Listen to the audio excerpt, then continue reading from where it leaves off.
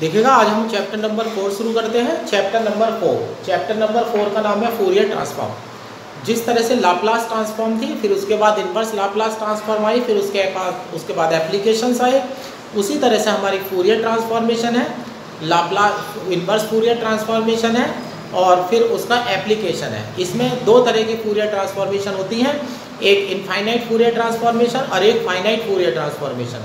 अगर कोई Fourier transform कहता है तो इसका मतलब इनफाइनाइट फूरियर ट्रांसफॉर्म ही समझना है। अगर फाइनाइट ट्रांसफॉर्मेशन वो कहेगा तो वो स्पेशली फाइनाइट वर्ड का यूज़ करेगा, लेकिन स्पेशली इनफाइनाइट वर्ड का आप यूज़ कीजिएगा या नहीं कीजिएगा इस बात का कोई फ़र्क नहीं पड़ता है। यानी कि अगर कोई फूरियर ट्रांसफॉर्म कह रहा है तो आप जो है उसे इनफाइनाइट फूरियर ट्रांसफॉर्मेशन में लिखेंगे। अब देखिएगा सबसे पहला फार्मूला क्या होता है। सबसे पहला फार्मूला है the infinite Fourier sign transform. हमारे पास कोई फंक्शन है, उसकी हम इनफाइनाइट फूरियर ट्रांसफॉर्मेशन लेने वाले हैं। अब ये समझिएगा कोई फंक्शन है हमारे पास f(x), जिस तरह से लाप्लास में फंक्शन ऑफ t मिल रहा था नॉर्मली, अब जो फंक्शन मिलेगा वो हमें x का फंक्शन मिलेगा। कोई फंक्शन है मान लीजिएगा, उसे हम रिप्रेजेंट कर रहे हैं कैपिटल f(x) से, ठीक है ना। अब इसका आपका फूरियर साइन ट्रांसफॉर्मेशन लेना है तो आपको लिखने का तरीका समझ लीजिएगा। ये हो गया f(x) लिखा, यहाँ ब्रैकेट लगाया और यहाँ कैपिटल F लिख दिया और सफिक्स में s लिख दिया। ब्रैकेट में f(x) लिखा हुआ है, ये फंक्शन का रिप्रेजेंटेशन है। बाहर कैपिटल F लिखा हुआ है, ये फूरियर का रिप्रेजेंटेशन है। और सफिक्स में क्या लिखा हुआ है, s स्टैंड फॉर साइन। तो कैपिटल F बताता है कि फूरियर ट्रांसफॉर्मेशन ली जा रही है और सफिक्स में s है तो ये कहता है कि फाइनाइट व इनफाइनाइट फूरियर साइन ट्रांसफॉर्मेशन ली जा रही है, ठीक है ना। अब देखिएगा फार्मूला कैसे खोलते हैं। फार्मूला होता है इंटीग्रेशन 0 टू इनफाइनाइट। जिनकी फाइनाइट फूरियर साइन ट्रांसफॉर्मेशन या कोसाइन ट्रांसफॉर्मेशन ली जाती है वो ओपन इंटरवल 0, इनफाइनाइट में डिफाइंड होने चाहिए। अब देखिएगा यहाँ इंटीग्रेशन की लिमिट दे दी 0 टू इनफाइनाइट, फंक्शन लिखिएगा f(x) और साइन px dx। तो अब यहाँ पर याद रखिएगा जब किसी फंक्शन का फूरियर साइन ट्रांसफॉर्मेशन लेना होता है तो उस फंक्शन की मल्टीप्लाई में साइन px डाल दीजिएगा और इंटीग्रेशन कर दीजिएगा x के रेस्पेक्ट में और लिमिट लगा दीजिएगा 0 टू इनफाइनाइट। ये हो जाता है हमारा फूरियर साइन ट्रांसफॉर्म। तो जिस तरह से लाप्लास इंटीग्रेशन पर बेस्ड है उसी तरह से फूरियर भी जो है वो इंटीग्रेशन पर बेस्ड है। यानी कि लाप्लास और फूरियर दोनों ही एक इंटीग्रेशन करने का शॉर्टकट तरीका होती हैं। अब देखिएगा वहाँ पर लाप्लास और लाप्लास इनवर्स अलग अलग चैप्टर थे, यहाँ फूरियर और फूरियर इनवर्स एक साथ ही चैप्टर चलेगा। ये यहाँ पर ये फार्मूला हो गया है। अब इसका मैं इन्वर्जन फार्मूला लिखता हूँ, इट्स इन्वर्जन फार्मूला। अब इसका इन्वर्जन फार्मूला लिख रहे हैं। अब इन्वर्जन फार्मूला, हाँ इसकी नोटेशन और बता देता हूँ मैं। देखिएगा फंक्शन को कैपिटल F से लिया गया है, फंक्शन को कैपिटल F से लिया गया है तो आंसर को स्मॉल f में लिख देते हैं। अब यहाँ पर x के रेस्पेक्ट में इंटीग्रेशन होता है लेकिन पैरामीटर p बचा रहता है तो ये फंक्शन ऑफ p हो गया है और यहाँ सफिक्स में डाल देते हैं s। तो यानी कि स्मॉल f के आगे अगर मैं p लिख देता हूँ और सफिक्स में s लिख देता हूँ तो इसका मतलब है ये वैल्यू जो आई है वो किसी फंक्शन का साइन ट्रांसफॉर्मेशन फूरियर वाली लेने के बाद आई है। अब देखिएगा इसका इन्वर्जन फार्मूला। अब आपका जो साइन ट्रांसफॉर्मेशन फार्मूला है ये f(x) को कन्वर्ट कर रहा है f(p) में। अब f(p) को आप वापस f(x) बनाएंगे तो देखिएगा आप कैसे लिखेंगे, f(s) लिखेंगे, इनवर्स लिखेंगे और ब्रैकेट में डाल देंगे f(p).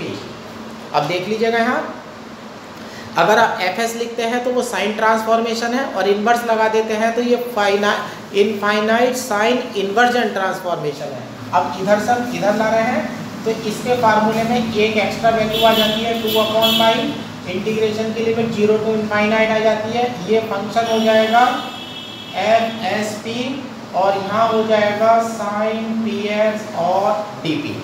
और जब इसका इंटीग्रेशन p के रेस्पेक्ट में हो जाएगा तो आंसर x का फंक्शन के टर्म्स में आएगा तो ये आ जाता है आपका f(x). ये आप दोनों फार्मूले अब यहाँ पर स्टिल करके यहाँ पर दोनों फार्मूले नोट कर लीजिएगा। ये फूरियर साइन ट्रांसफॉर्मेशन के फार्मूले हो गए हैं। अब मैं सिखाता हूँ इनफाइनाइट फूरियर साइन की जगह कर देता हूँ मैं कोसाइन। अब ट्रांसफॉर्मेशन जो है वो साइन ट्रांसफॉर्मेशन थी, अब हम देखने जा रहे हैं कोसाइन ट्रांसफॉर्मेशन। ठीक है, पहले कोसाइन ट्रांसफॉर्मेशन से पहले ये सीखिएगा साइन ट्रांसफॉर्मेशन।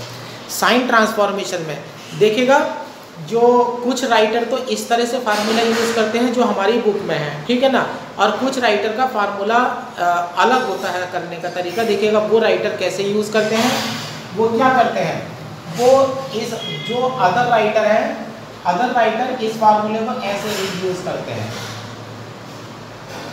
अदर राइटर वो जब ये इनफाइनाइट साइन ट्रांसफॉर्मेशन लिखेंगे तो वो लिखेंगे F S of F x, और यहाँ पर वो √2/पाई डाल देंगे, इंटीग्रेशन 0 to इनफाइनाइट, और यहाँ हो जाएगा capital F X sine P x D X, और ये वैल्यू आ जाएगी आपकी एफ एस पी की। अब इसका इन्वर्जन एक्स इन्वर्जन, तो ये हो जाता है हमारे पास एफ एस इन्वर्स, यहाँ डाल देते हैं एफ एस पी, यहाँ हो जाता है √2/पाई 0 to infinite F X sine, sorry यहाँ पर एफ एस पी आ जाएगा साइन पी एक्स और डी, और ये वैल्यू हो जाएगी कैपिटल एफ एक्स टी। तो हमारी बुक में जो है साइन फार्मूले में यहाँ कॉफिशिएंट इंटीग्रेशन का 1 पड़ा हुआ है, और इन्वर्जन फार्मूले में कॉफिशिएंट 2/पाई पड़ा हुआ है। कुछ राइटर ऐसे होते हैं जैसे हरस्वरूप शर्मा आगरा की तरफ के जो राइटर होते हैं वो जब साइन ट्रांसफॉर्मेशन लेते हैं तो √2/पाई डालते हैं, और इन्वर्जन फार्मूला लेते हैं तो अभी √2/पाई डालते हैं। तो दोनों में से किसी भी मेथड से अगर क्वेश्चन करा जाए, पहले आप साइन ट्रांसफॉर्मेशन लेंगे, आप उसके बाद इन्वर्जन ट्रांसफॉर्मेशन लेंगे, तो दोनों वैल्यू लौट करके अपने आप को वापस ही गेन कर लेती है, ठीक है ना। अब देखिएगा इस साइन ट्रांसफॉर्मेशन के बाद है आपका कोसाइन ट्रांसफॉर्मेशन। अब साइन ट्रांसफॉर्मेशन के बाद कोसाइन ट्रांसफॉर्मेशन है, चेंज कर लीजिएगा, फार्मूला इसी तरह से लिखा जाएगा, एस की जगह सी लिख दीजिएगा, यहाँ साइन पी एक्स है, साइन पी एक्स की जगह कॉस पी एक्स लिख दीजिएगा, यहाँ एफ पी था सफिक्स में डाल दीजिएगा सी। अब जिस तरह से सफिक्स का एस साइन ट्रांसफॉर्मेशन को रिप्रेजेंट कर रहा था, उसी तरह से सफिक्स का जो सी है कोसाइन ट्रांसफॉर्मेशन को रिप्रेजेंट करेगा। अब इन्वर्जन में आ जाइएगा, यहाँ एस की जगह सी कर दीजिएगा, यहाँ सी कर दीजिएगा, यहाँ सी कर दीजिएगा, और बाकी ऐसा का ऐसा ही रहेगा, और ये साइन पी एक्स की जगह जो है हमारा कॉस पी एक्स हो जाता है, ठीक है ना। अब यहाँ पर अदर राइटर में आ जाते हैं, यहाँ पर मैं सी लिखता हूँ, यहाँ पर साइन की जगह कॉस पी एक्स कर देता हूँ, और यहाँ एफ सी पी कर देता हूँ, यहाँ सफिक्स में सी कर देता हूँ, यहाँ सफिक्स में सी कर देता हूँ, यहाँ सफिक्स में सी कर देता हूँ, और साइन की जगह कर देते हैं कॉस। तो जिस तरह से साइन ट्रांसफॉर्मेशन का फार्मूला था उसी तरह से कोसाइन ट्रांसफॉर्मेशन का फार्मूला है, सिर्फ साइन की जगह जो है कॉस कर दिया गया है, ठीक है ना। उसके बाद आता है फूरियर। अब फूरियर में देखिएगा क्या होता है, इनफाइनाइट फूरियर। अब साइन और कोसाइन दोनों हटा देते हैं, साइन भी हटा दिया गया है और कोसाइन भी हटा दिया गया है, ठीक है ना। अब देखिएगा यहाँ पर क्या होता है, अब इनफाइनाइट फूरियर ट्रांसफॉर्मेशन है, सफिक्स का सी हटा दीजिएगा, ये ऐसा कैसे ही रहेगा। जो साइन ट्रांसफॉर्मेशन कोसाइन ट्रांसफॉर्मेशन होती है उसमें इंटीग्रेशन की लिमिट 0 से इनफाइनाइट होती है, लेकिन जब फूरियर ट्रांसफॉर्मेशन आ रही होती है तो उसकी इंटीग्रेशन की लिमिट माइनस इनफाइनाइट से प्लस इनफाइनाइट होती है। तो यहाँ देखिएगा 0 से इनफाइनाइट की जगह इंटीग्रेशन की लिमिट माइनस इनफाइनाइट से इनफाइनाइट हो जाएगी, और कॉस पी एक्स यहाँ से हट जाएगा, इनटू में आ जाएगा e⁻ आई पी एक्स, और ये सिर्फ आप सिंपली एफ ऑफ पी से डिनोट कर सकते हैं। तो देखिएगा किसी भी फंक्शन का जब हम फूरियर ट्रांसफॉर्मेशन लेते हैं तो लिमिट इंटीग्रेशन की माइनस इनफाइनाइट से इनफाइनाइट हो जाती है, फंक्शन में e⁻ आई पी एक्स से मल्टीप्लाई हो जाती है, और आंसर बन जाता है एफ ऑफ पी। अब एक्स इन्वर्जन फार्मूले में चाहिएगा, ये सी हटा दीजिएगा, ये सी हटा दीजिएगा। अब यहाँ पर थोड़ा सा चेंज होता है, इसमें 1/2 होता है। जो साइन और कोसाइन वाले फार्मूले हैं उसमें 2/पाई है, लेकिन इसमें 1/2 होता है। लिमिट हो जाती है माइनस इनफाइनाइट से इनफाइनाइट, ये एफ ऑफ पी में कन्वर्ट हो जाता है। और यहाँ देखिएगा e⁻ आई पी एक्स था, तो यहाँ हो जाता है e⁻ i P x D x. तो जब आप फूरियर ट्रांसफॉर्मेशन लेते हैं तो e⁻ आई पी एक्स आएगी, और जब आप इन्वर्जन फार्मूला लेंगे तो e⁻ आई पी एक्स आएगी। आप देखिएगा दूसरे राइटर कैसे यूज़ करते हैं, ये सी हटा देते हैं, वो क्या करते हैं, यहाँ भी 1/√2 डाल देते हैं, और यहाँ हो जाता है e⁻ आई पी एक्स हो जाता है। और यहाँ एक्स सी इनवर्स है, यहाँ सी हट जाता है, यहाँ सी हट जाता है, और यहाँ भी जो है 1/√2 पाई आ जाता है, और यहाँ e to the power minus I P X को रिप्लेस कर देते हैं e to the power I P X से, और हमारा जो है तैयार हो जाता है। अब इस वीडियो को आप स्टिल करके यहाँ पर फार्मूले जो है वो नोट कर सकते हैं। अब मैं आगे चलता हूँ। देखिए नेक्स्ट हमारा आर्टिकल है 4.6 में relationship between Fourier and Laplace transformation. Laplace और फूरियर ट्रांसफॉर्मेशन में रिलेशन जो है वो किस तरह से इस्टेब्लिश्ड होता है।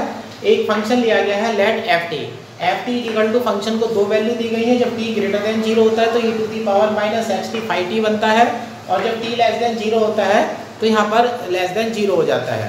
फंक्शन की दो वैल्यू इस तरह से ली गई हैं। जब हम फूरियर ट्रांसफॉर्मेशन लेने जा रहे होते हैं तो उसमें इंटीग्रेशन की लिमिट माइनस इनफाइनाइट से प्लस इनफाइनाइट होती है, लेकिन जब हम लाप्लास ट्रांसफॉर्मेशन लेने जा रहे होते हैं तो उसमें इंटीग्रेशन की लिमिट 0 से इनफाइनाइट होती है। तो फूरियर ट्रांसफॉर्मेशन में लाप्लास ट्रांसफॉर्मेशन में रिश्ता हम तभी बना सकते हैं जब हमारे पास कोई ऐसा फंक्शन हो फूरियर में लेने के लिए जो t लेस देन 0 के लिए वैल्यू 0 लेता है। अब हम इसका फूरियर ट्रांसफॉर्मेशन लेने जा रहे हैं।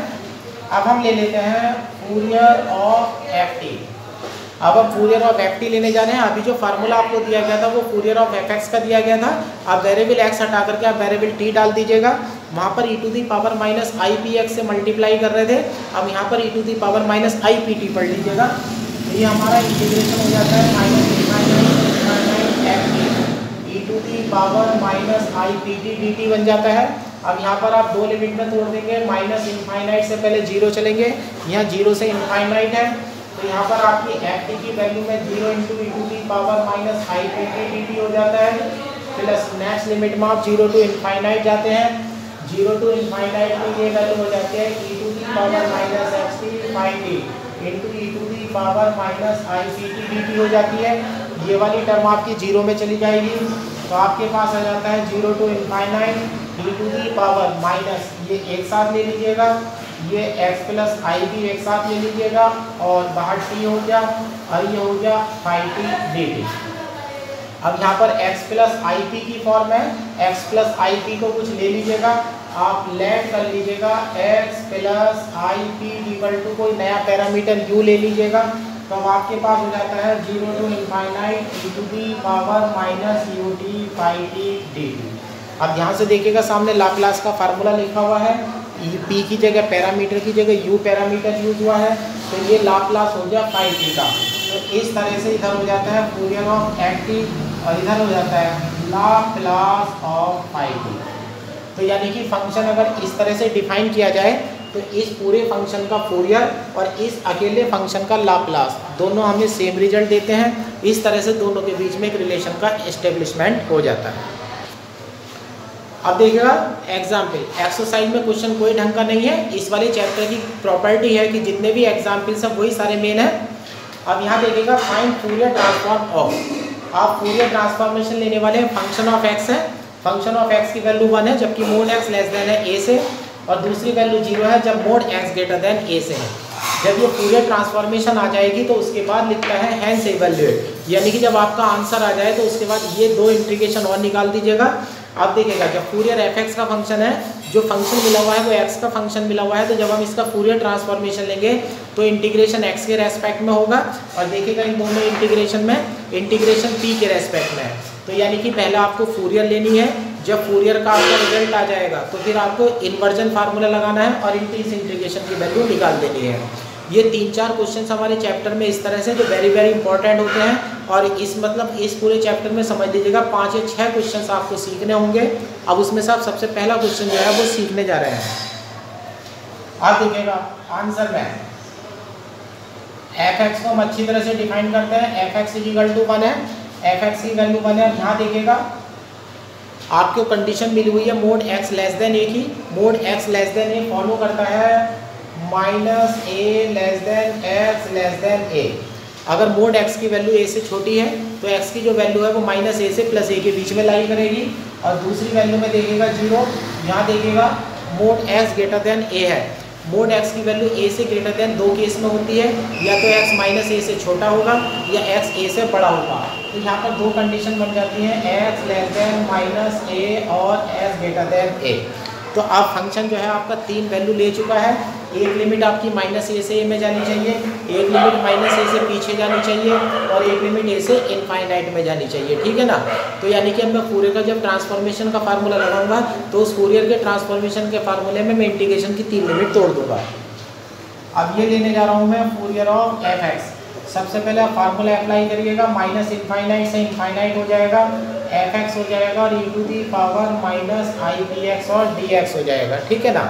ई to the power minus I P x D x हो जाएगा। 3 लिमिट में तोड़ दीजिएगा, माइनस इनफाइनाइट से पहले 0 चलिएगा, सॉरी माइनस इनफाइनाइट से यहाँ चलिएगा, माइनस ए चलिएगा इस लिमिट में, फंक्शन की वैल्यू 0 है, 0 e to the power minus I P x D x. अब चलिएगा माइनस ए से ए चलिएगा, माइनस ए से ए में वैल्यू आपकी 1 पड़ी हुई है, 1 into E to the power minus I P x D X. फिर तीसरी लिमिट में चलिएगा, आप ए से आगे चलिएगा, ए से आप इनफाइनाइट जा रहे हैं। अब इस कंडीशन को फॉलो करना है, वैल्यू आपकी 0 पड़ी हुई है तो 0 into E to the power minus I P x D X, ठीक है। अब ये वाला इंटीग्रेशन आपका 0 में चला जाएगा, ये वाला इंटीग्रेशन आपका 0 में चला जाएगा। अब ई टू दी पावर माइनस का आई पी एक्स है, आप इसका इंटीग्रेशन कर दीजिएगा, minus E to the power minus I P x और अपॉन में एक्स के रेस्पेक्ट में इंटीग्रेशन कर रहे हैं तो ये आई पी आ जाता है, लिमिट हो जाती है माइनस ए से प्लस ए। माइनस का 1 अपॉन आई पी बाहर रख लीजिएगा, अपर लिमिट डालिएगा e to the power minus I p a minus lower limit डालिएगा e to the power minus I p a, minus minus ये प्लस हो जाता है। बीएससी पार्ट 1 की तैयारी करिएगा। ये माइनस को अंदर ले जाते हैं, एक 2 में बाहर डाल देता हूँ, 2 अपॉन 3, ये e to the power I p a minus E to the power minus I p a और अपॉन में 2 डिवाइड में आ गया है और एक आई आ गया है। ध्यान से देखिएगा, आपका बीएससी पार्ट 1 का ट्रिग्नोमेट्री का फार्मूला बन चुका है, ये साइन का फार्मूला बन चुका है। तो इस तरह से जो आपने फूरियर ऑफ एफ एक्स लिया था इसकी वैल्यू आपकी आ गई है 2 अपॉन पी आ गया है और ये आ गया है साइन पी ए। अब ये फूरियर ऑफ एफ एक्स लिया गया है, फूरियर ऑफ एफ एक्स का जो रिप्रेजेंटेशन करेंगे वो आप एफ और पी से करेंगे और आपका पहला पार्ट जो है वो प्रूव हो जाता है। यहाँ पर पहला पार्ट आपका प्रूव हो चुका है, देखिएगा ये वाली वैल्यू आपकी आ चुकी है जो सबसे पहले लिया गया था पॉइंट फूरियर ट्रांसफॉर्मेशन। अब फूरियर ट्रांसफॉर्मेशन की वैल्यू हम आ चुकी है, अब हम इन्वर्जन फार्मूला यूज़ करने वाले हैं, हम इंटीग्रेशन की वैल्यू लेने वाले हैं by inversion formula. Inversion formula use करने वाले हैं। इन्वर्जन फार्मूले में हमारा था एफ इन्वर्स था, यहाँ पर एफ ऑफ पी आ जाएगा या फार्मूले का 1/2 पाई आ जाएगा। इंटीग्रेशन की लिमिट माइनस इनफाइनाइट से इनफाइनाइट हो जाएगी, या फंक्शन ऑफ पी आ जाएगा और e to the power plus में आई पी एक्स हो जाएगा और इंटीग्रेशन पी के रेस्पेक्ट में हो जाएगा और इक्वल टू ये बन जाता है हमारा कैपिटल एफ एक्स, ये वाली वैल्यू बन जाती है। अब इसी से वो आप छोड़ दीजिएगा, ये 1/2 पाई हो गया, माइनस इनफाइनाइट से इनफाइनाइट हो गया। एफ ऑफ पी की वैल्यू ये बनी हुई है, ये वैल्यू उठा लीजिएगा 2 pi sine P A to the power I P x D T. और देखिएगा यहाँ पर कैपिटल एफ एक्स है, कैपिटल एफ एक्स की वैल्यू उठा लीजिएगा। ये कंडीशन है 1 पर, दूसरी वैल्यू है 0 ए पर। अभी इतने हिस्से को मैं नहीं मिटा रहा हूँ क्योंकि इससे मैं आपको आइडिया दूंगा कि आप इंटीग्रेशन की जो वैल्यू है वो किस तरह से निकालने जा रहे हैं। अब उस इंटीग्रेशन को धीरे धीरे सेट करना शुरू करिएगा। यहाँ देखिएगा 2 से 2 कैंसिल हो जाता है, इंटीग्रेशन पी के रेस्पेक्ट में है तो पी तो यही अभी यही रखिएगा इधर। अब ये डिनोमिनेटर का जो पाई है वो इधर ले जाइएगा, इधर मल्टीप्लाई करेंगे तो पाई हो जाएगा, इधर मल्टीप्लाई करेंगे तो 0 हो जाएगा। अब ये हो जाता है इंटीग्रेशन माइनस इनफाइनाइट से इनफाइनाइट, यहाँ हो जाता है sine P A upon P E to the power I P X है। बीएससी पार्ट 1 का फार्मूला लगा दीजिएगा, ये फार्मूला बन जाता है आपका cos p x plus i sine P x d p बन जाता है और इक्वल टू 2 वैल्यू आ जाती है pi comma mod x less than a, दूसरी वैल्यू 0 आ जाती है mod x greater than a. इस तरह से आपकी वैल्यू बन जाती है, ठीक है ना। अब यहाँ पर देखिएगा एक आपका फंक्शन ये कॉस वाला है, ये यहाँ पर रियल पार्ट मिलेगा, यहाँ इमेजनरी पार्ट मिलेगा। अब फर्स्ट पार्ट में वैल्यू देखिएगा आपकी, फर्स्ट पार्ट में कॉस पी एक्स वाली है, इधर कोई इमेजनरी पार्ट नहीं है तो इमेजनरी पार्ट 0 होना चाहिए।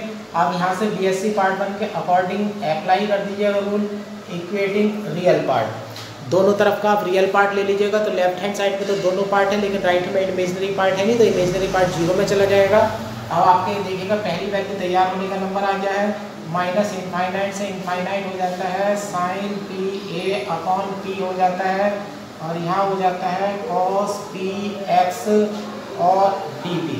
ये आपकी वैल्यू यहाँ पाई बन जाती है, comma mod x less than a, और दूसरी वैल्यू 0 बन जाती है mod x greater than a. इस तरह से आपकी ये वैल्यू देखिएगा, ये वैल्यू आपकी बन चुकी है, ठीक है ना। अब यहाँ पर ये आपका दूसरा आंसर आ चुका है, ये आपका फर्स्ट पार्ट हो गया है, यहाँ से ये फर्स्ट पार्ट आ चुका है, ये फर्स्ट पार्ट का रिजल्ट आ चुका है। अब सेकंड पार्ट का रिजल्ट देखिएगा, सेकंड पार्ट में इनफाइनाइट 0 से infinite sine P upon P D P है।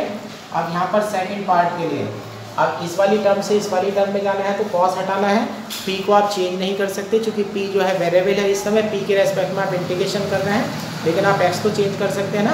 आप एक्स की जगह 0 रखिएगा, पुट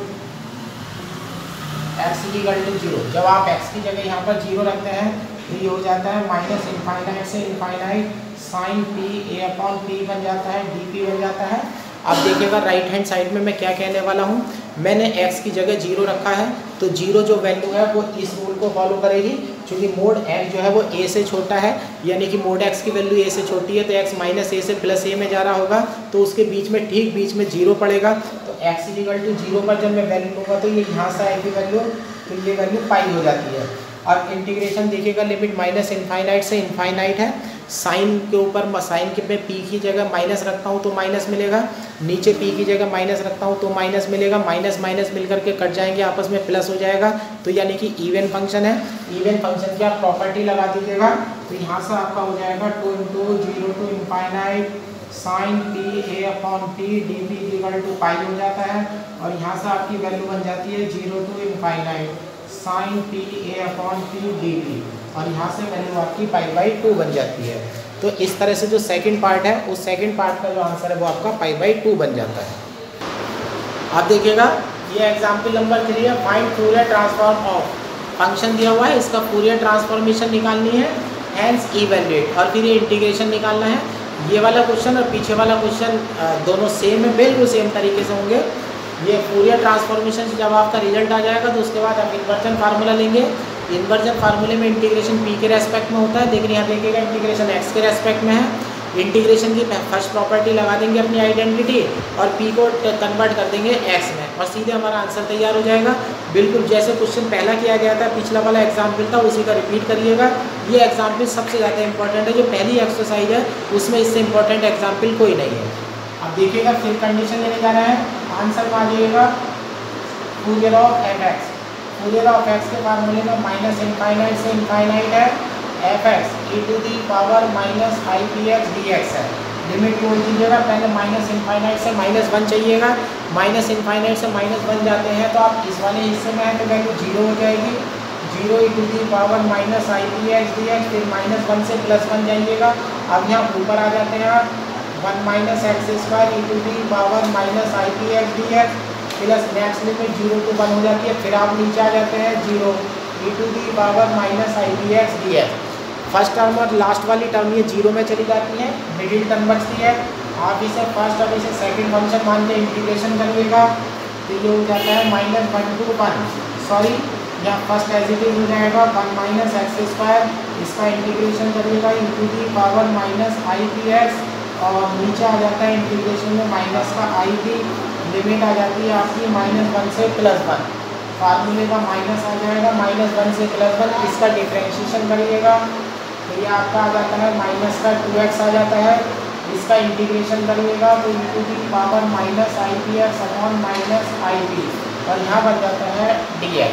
अब इंटीग्रेशन को आगे लेकर के चलिएगा, अपर लिमिट देखिएगा 1 है, यहाँ पर जब 1 रखेंगे तो भी 0 आएगा, -1 रखेंगे तो भी 0 आएगा, तो दोनों बार वैल्यू 0 आ रही है, ये टर्म आपकी हट जाती है, माइनस माइनस माइनस 3 माइनस हो जाते हैं, 2 बाहर आ जाता है, अपॉन में आई पी बाहर आ जाता है, और इंटीग्रेशन में आ जाती है आपकी लिमिट -1 से +1।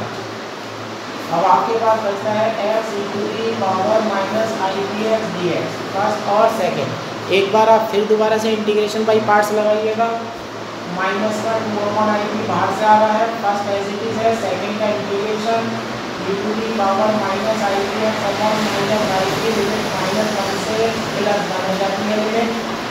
अब फार्मूले का माइनस हमारे पास है, फार्मूले का माइनस हमारे पास है, एक माइनस का 2/i बाहर से आ रहा है तो माइनस माइनस प्लस हो जाता है 2/i इंटीग्रेशन की लिमिट -1 से +1 हो जाती है।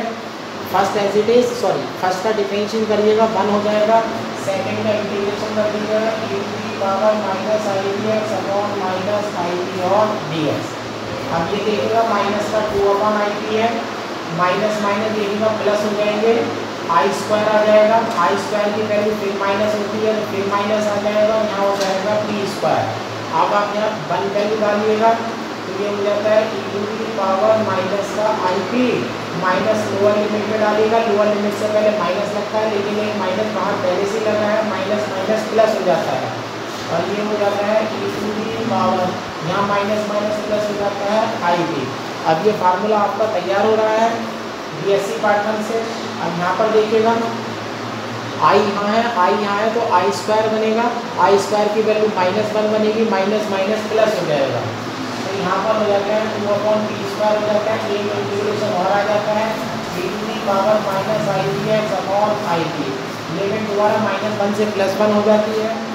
ये बन चुका है आपका माइनस का 2/p²। ये फार्मूला हमारा बीएससी पार्ट में 2 cos p है प्लस, अब यहाँ देखिएगा ये माइनस बाहर ले आते हैं हम तो ये हो जाता है 2/i आ जाता है, p³ आ जाता है upper limit e to the power minus का i p minus e to the power minus का आई पी, माइनस अंदर लेकर के चलते हैं और आई अंदर लेकर के चलते हैं तो ये हो जाता है माइनस का 4/p² cos p बन जाता है।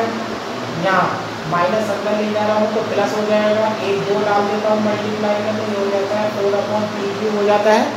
माइनस से आप वैल्यू को चेंज कर दीजिएगा तो ये हो जाता है e टू दी पावर, यहाँ साइन गलत हो गया है, लोअर लिमिट तो माइनस माइनस प्लस हो जाएगा तो ये बनेगा e to the power I p minus e to the power minus I p upon 2i। ये फार्मूला मेरा साइन का बन चुका है तो ये वैल्यू फूरियर ऑफ fx की आ रही थी तो यहाँ पर देखिएगा ये है माइनस का 1/4/p² cos p प्लस का 4/p³, अब ये हो जाता है साइन p। तो यानी कि आपकी वैल्यू तैयार हो जाती है 4/p³ को कॉमन है तो यहाँ पर बन जाता है आपका sine p minus p cos p equal to f of p। तो इस तरह से आपकी फूरियर की वैल्यू आ जाती है।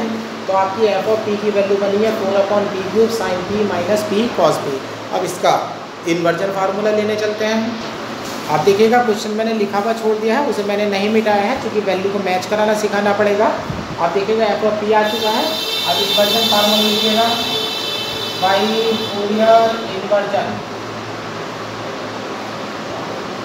फूरियर इन्वर्जन में फार्मूला लिखने जा रहे हैं हम, f इन्वर्स आ जाएगा, फंक्शन ऑफ p आ जाएगा, इधर आ जाएगा 1/2π आ जाएगा, लिमिट -∞ से इनफाइनाइट, यहाँ f ऑफ p आ जाएगा e to the power ipx और dpl, यहाँ वैल्यू कैपिटल fx हो जाएगी। अब इसमें वैल्यू डाल दीजिएगा, इस वाली टर्म को छोड़ दीजिएगा तो यहाँ 1/2π है तो ये 1/2π है, लिमिट -∞ से इनफाइनाइट है, f ऑफ p उठा लीजिएगा उधर से, ये हो जाता है 4/p³ साइन p माइनस का p cos p उठा लेते हैं, e to the power ipx को बोल लेते हैं cos px plus i sine px dp और equal to f of x की वैल्यू ये उठा लीजिएगा, यहाँ से बन जाता है 1 - x² एक mode x less than equal 1, दूसरी वैल्यू उठा लीजिएगा 0 एक मोड x ग्रेटर देन 1। अब देखिएगा लेफ्ट हैंड साइड में i आ चुका है लेकिन आपके आंसर में देख रहे हैं, आपके आंसर में इमेजनरी पार्ट के लिए कोई वैल्यू नहीं है, राइट हैंड में इमेजनरी पार्ट नहीं है, इमेजनरी पार्ट 0 में चला जाएगा। आप ले लीजिएगा इक्वेट रियल पार्ट। अब आप रियल पार्ट लेने जा रहे हैं, देखिएगा 4 से ये 2 कैंसिल हो जाएगा तो यहाँ पर 2/π हो जाता है, इंटीग्रेशन -∞ से इनफाइनाइट हो जाता है। यहाँ वैल्यू आपकी आ जाती है sine p minus p cos p upon p³ हो जाता है और यहाँ देखिएगा cos px बन जाता है cos px dp। इधर वैल्यू आपकी चल रही है 1 - x² एक mode x less than equal 1, दूसरी वैल्यू है 0 एक मोड x ग्रेटर देन 1। ये दूसरी वैल्यू आपकी आ जाती है, ठीक है ना। अब देखिएगा इसको देखिएगा, इसको देखिएगा, यहाँ देखिएगा इस जगह। अब यहाँ पर इंटीग्रेशन p के रेस्पेक्ट में, जबकि इंटीग्रेशन या x के रेस्पेक्ट में है, तो मुझे वेरिएबल भी इंटरचेंज करने होंगे। तो मैं यहाँ से x हटाने की तैयारी करता हूँ। अब देखिएगा यहाँ cos में x के साथ क्या है 1/2। अब मैं यहाँ पर प्रूव करने जा रहा हूँ x = हाफ। जो x = हाफ है तो इसका जो मोड होगा, जो x = हाफ है उसका मोड जो है वो 1 से छोटा होगा, चूँकि वैल्यू 1/2 आ जाएगी। तो ये वैल्यू मेरी यहाँ लाई करेगी। तो यहाँ पर मैं x की जगह 1/2 डालता हूँ। तो यहाँ पर हो जाता है मेरा 2/5 माइनस इनफाइनाइट से infinite sine t minus t cos t upon t3। अब ये हो जाता है cos t dt। यहाँ हो जाता है 1 माइनस 1/4 यानी कि 3/4। अब ये वैल्यू मेरी 3/4 आ जाती है। अब ये जो वैल्यू आ रही है मेरी 3/4 आ रही है। अब यहाँ इंटीग्रेशन की पहली प्रॉपर्टी लगा दीजिएगा और x कर दीजिएगा। तो ये हो जाता है मेरा माइनस इनफाइनाइट से infinite sine s minus x cos s upon x cos s dx। ये इधर चला जाता है तो ये हो जाता है 3π/8 हो जाता है। अब ये इंटीग्रेशन की मेरी वैल्यू बन चुकी है। इंटीग्रेशन मैंने x में चेंज कर दिया है इंटीग्रेशन की प्रॉपर्टी लगा करके। अब यहाँ देखिएगा, यहाँ वैल्यू देखिएगा, यहाँ वैल्यू देखिएगा, एक माइनस उधर और ले जाइएगा, एक माइनस लगा दीजिएगा। इंटीग्रेशन की प्रॉपर्टी लगा के 2 बाहर कर लीजिएगा। एक माइनस में यहाँ लगा देता हूँ तो ये 0 से इनफाइनाइट हो जाता है। अब ये वैल्यू बन जाएगी आपकी x cos x minus sine x upon x cos। यहाँ देखिएगा मेरे से गलती से लिखा गया है cos t/2 आएगा, यहाँ cos x/2 आएगा। वैल्यू रखने से छूट गई थी। तो यहाँ हो जाता है cos x/2 dx = यहाँ 3π/8 है। इस माइनस 2 को निकाल लीजिएगा। 0 to infinite x cos x minus sine x upon x cos x/2 dx = minus 3i/16। इस तरह से आपका इस एग्जाम्पल नंबर 3 का आंसर आ जाता है, ठीक है। और ये वेरी वेरी वेरी इंपॉर्टेंट सवाल है। इस चैप्टर में इससे इंपॉर्टेंट सवाल कोई नहीं है।